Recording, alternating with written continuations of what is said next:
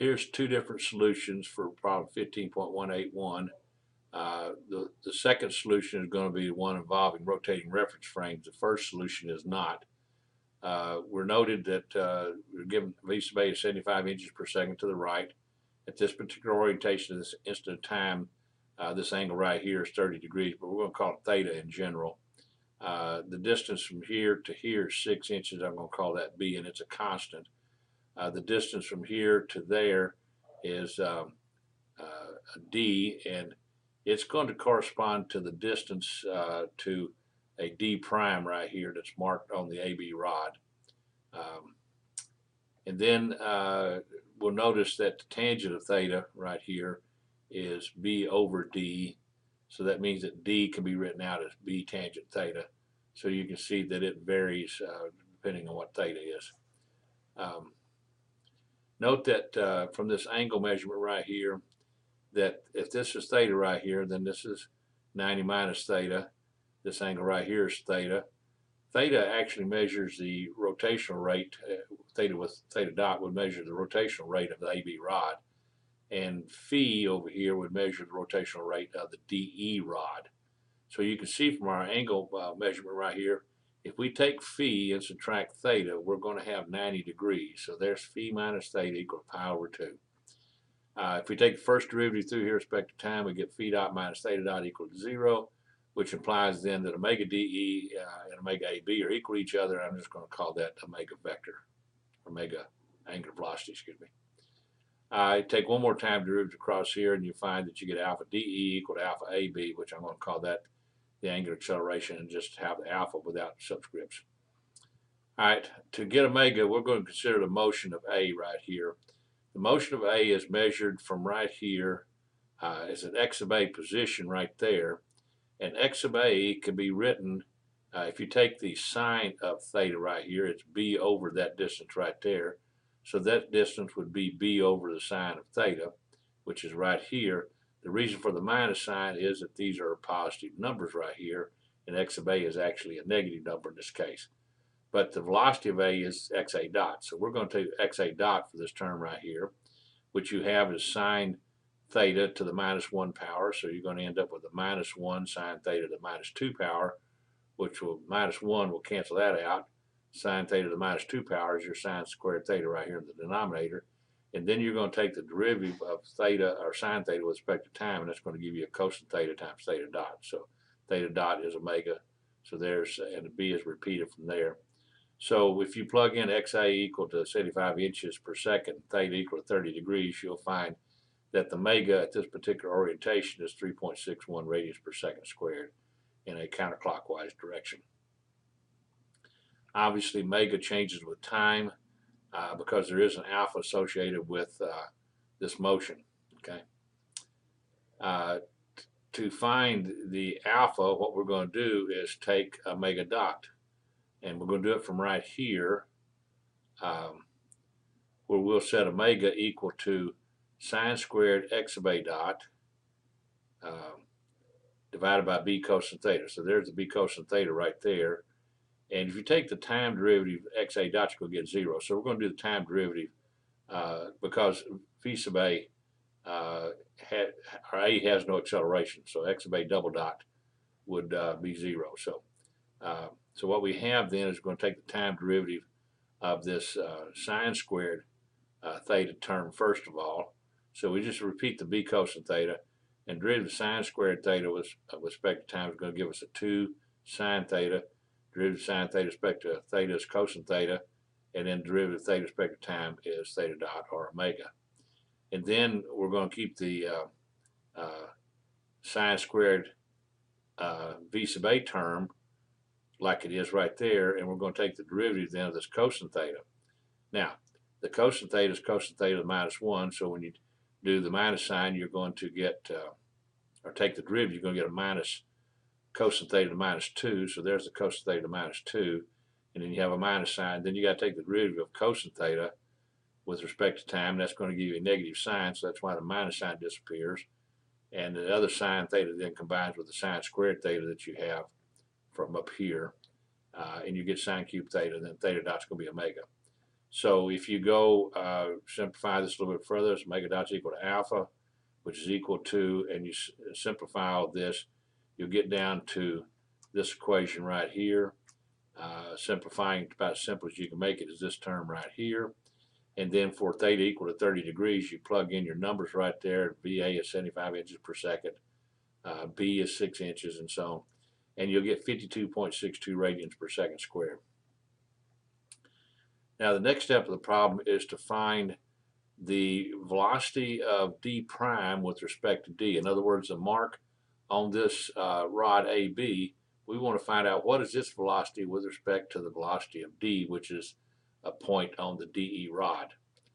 Okay, the way we're going to do that is we're going to look at the x position of this d prime to start off with. The x position of this d prime is going to give us this position right here, and I think you can tell that if we take x sub a right there and then add on to it this number right here, which is d cosine theta, then we have this term right here. And the reason why it's a plus x sub a right here is because, remember, x sub a is a negative number. So d cosine theta is all the way to right here. And if we add on to it x sub a, which is a larger negative number, or magnitude-wise it's larger than this, it's going to end up giving you this position then of xd prime. So it's d cosine theta plus x sub a. The distance between this d prime and a is always going to be a fixed distance, little d right there. So when we start taking the derivative with respect to time across here, d is going to be a constant. So we'll do an xd prime dot then, and it's going to be d is a constant. We're going to get the derivative cosine, which is minus sine, then times theta dot, which is omega, and then you'll get xa dot, which is going to be v sub a.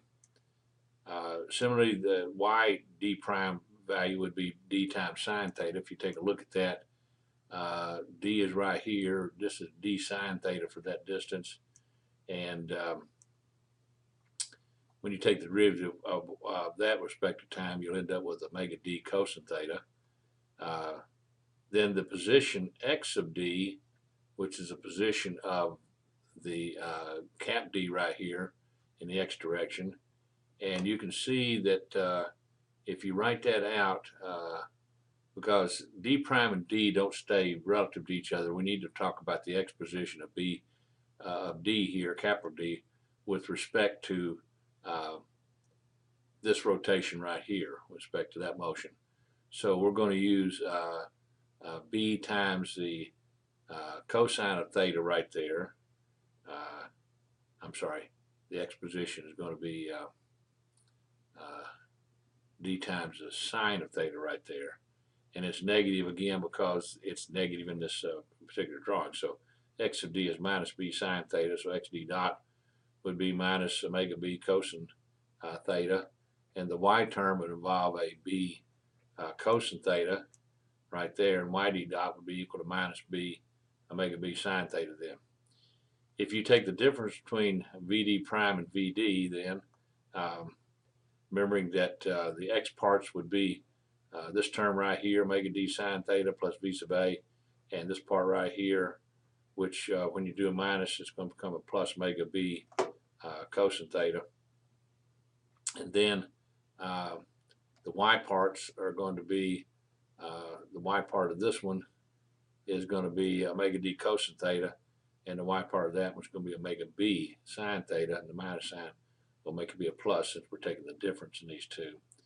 So when you calculate all that out, you get 75 inches per second I plus 43.3 inches per second J, and that gives you that the velocity of d prime with respect to d then is 86.6 inches per second at an angle of 30 degrees. Now the velocity of d prime we calculated earlier, and it's going to be this omega d sine theta plus v sub a in the I plus omega d cosine theta in the J right there. And so if we want to get the acceleration d prime, we go through here and take time derivative. All right, and what we got here, we take the time derivative of this term, is we're going to have an alpha from d omega dt, and then d sine theta, time derivative that's 0, and then we're going to have then the derivative of this term right here, which is going to be omega minus omega d. You're going to get cosine theta times theta dot, so that makes this become minus omega squared d cosine theta in the I direction. And then the derivative of this with respect to time is going to have an alpha d cosine theta right there, and then you're going to have a minus omega squared d sine theta by taking, when you take the time derivative of cosine theta in a j. And when you plug in your numbers on all this, you get minus 391 inches per second squared I plus 406 inches per second squared J, which is equal to 563 inches per second squared at 46.1 degrees above the negative x-axis. And the answer in the back of the book is wrong because they have a negative value for this term, and it is not negative. Even the solution manual shows that it's a positive number there. Now, to look at it from the point of view of a rotating reference frame, what we're going to do is talk about the velocity of A being equal to the velocity of A prime plus the velocity of A with respect to the frame. Now remember, looking at this drawing up here, A prime would be a point that we would mark in the little xy frame right here, which is going to rotate at the angular velocity of this rod right here. So in my little xy frame, this rod DE is going to look to be in the same orientation all the time. So what you're going to do then is you mark that point, call it A prime, and then we talk about measuring the velocities and accelerations of that point with respect to a fixed reference frame here. Well, all that point can do is going around a circle, okay, about point E. So when we start looking at the velocity of A prime, then it's going to be an omega k crossed into r sub A slash E, okay? And then you have the velocity of A with respect to the frame. And the velocity of A with respect to the frame can be written as velocity of A with respect to frame magnitude times cosine theta I plus sine theta j, because when you look at this motion right here, this rod right here, if you think of this coordinate frame as being fixed, the little xy coordinate frame being fixed, and you look at what this rod is doing, the rod is passing through it in this direction, isn't it? Which is a cosine theta I plus sine theta j. And it has a relative velocity of v sub a slash f. So what we do is we write down v sub a slash f. It's an unknown, or looks like an unknown, and it's univector direction then. Then again, we talk about v sub a. It's in the I direction. We're going to do omega k crossed into, and what is r sub a slash e?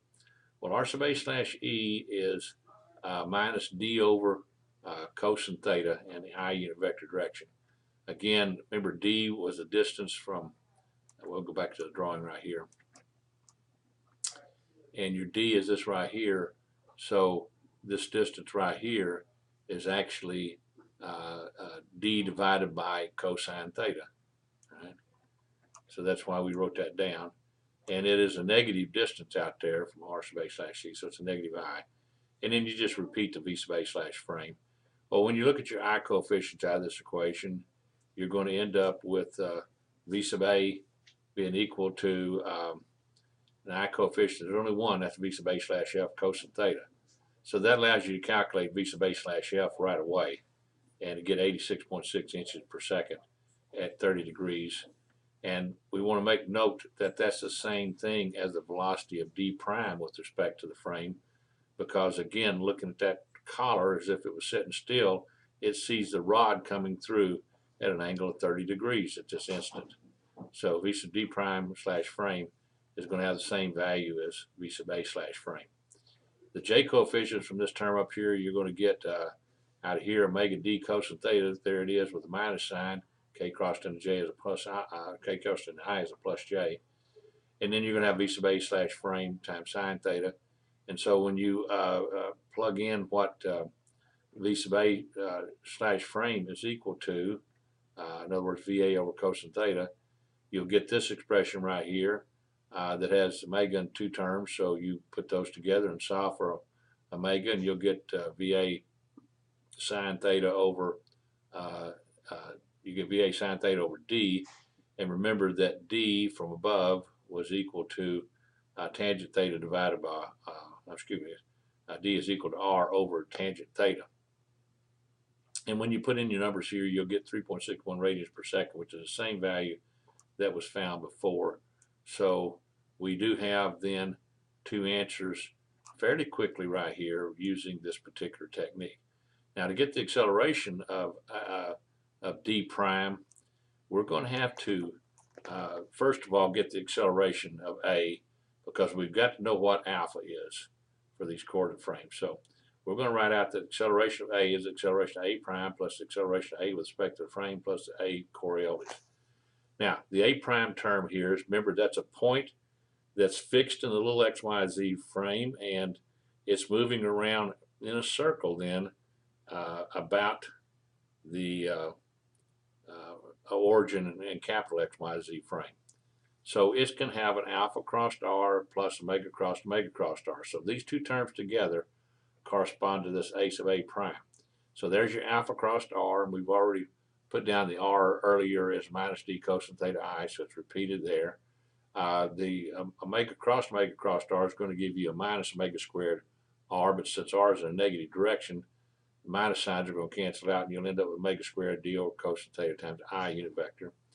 Then A sub A slash frame, you just write it out like you did before and put the direction of it, because the motion of A, again, looking at the collar D, A can only, the rod can only be moving in a straight line through that collar at this angle, right? So that's why this right here is the same as A sub D prime slash frame that we'll see later on. Coriolis term is 2 omega k crossed into the velocity of A with respect to the frame, and we had that earlier up here, so we repeat it right there. And so you plug in A sub A was equal to 0 because point A doesn't have an acceleration, it's moving at constant speed. And you do your cross products through here, and you end up with this expression like this. And so when you get down to simplifying it as much as you can, you get down to this right here. And then you look at your I coefficients, and you'll end up with this expression right here, which is immediately going to lead you to A sub A slash frame of 180.4 inches per second squared at the theta equal 30 degrees. When you put that into the J terms that you collect out of those equations, you'll end up being able to solve for alpha, and you get 52.6 radians per second squared in a K, just like we did before. So there's the alpha of 52.6 radians per second squared. To get A sub D now, we're going to write it down as A sub D prime plus A sub D slash frame plus A sub Coriolis. Now A sub D is what we're after, and A sub D prime is going to have two terms too. A sub D prime would be a point that you'd mark in the little XY frame, and as it rotates, it can have an alpha crossed R plus an omega crossed R term. So we're going to end up with alpha K crossed into R sub D slash E and minus omega squared R sub D slash E plus A sub A slash frame, which is the same thing as A sub D slash frame, because if you're writing in the rotating reference frame, you'll see point A and point D having the same accelerations. And then you got 2 omega k crossed into the velocity of V sub A slash F. Normally it should be written as D slash F, but again, just like the accelerations are the same relative to that rotating reference frame, the velocities are as well. So when you write out your R sub D slash E unit vector, you get that, and it appears again over here, it's B times that unit vector right there. A sub A slash F, you just write it down like you did before, and then with the unit vector there, and then 2 omega crossed into that, and that's V sub A slash F in the unit vector there. You collect all the I terms together, and you get this expression right here.